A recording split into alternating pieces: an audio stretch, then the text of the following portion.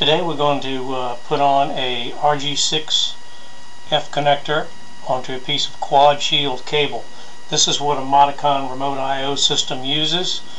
This is really the only cable you want to use for drop cables, and you can use it for the trunk cable as long as your system's less than about 1,000 feet. The first thing we want to do is be sure that the cable is cut squarely. As you can see, this one is not straight.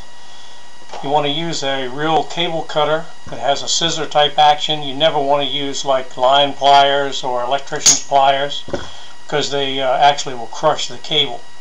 So this, we made sure it's a good and square connection. We discard the piece we cut off. We use a special stripping tool here that is made for this. Put the cable in all the way to flush with the end of it. Give it a little squeeze as you turn it. Spin it around until it turns freely, and you pull it off and you get the shield cut back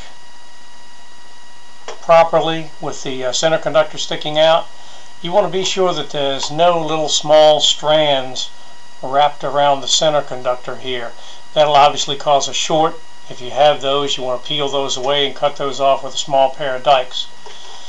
Once you got this stripped back, you want to kind of flare the braid a little. Just open it up a little bit, because there's a sleeve inside this connector that slides down inside the braid. It'll make life a whole lot easier.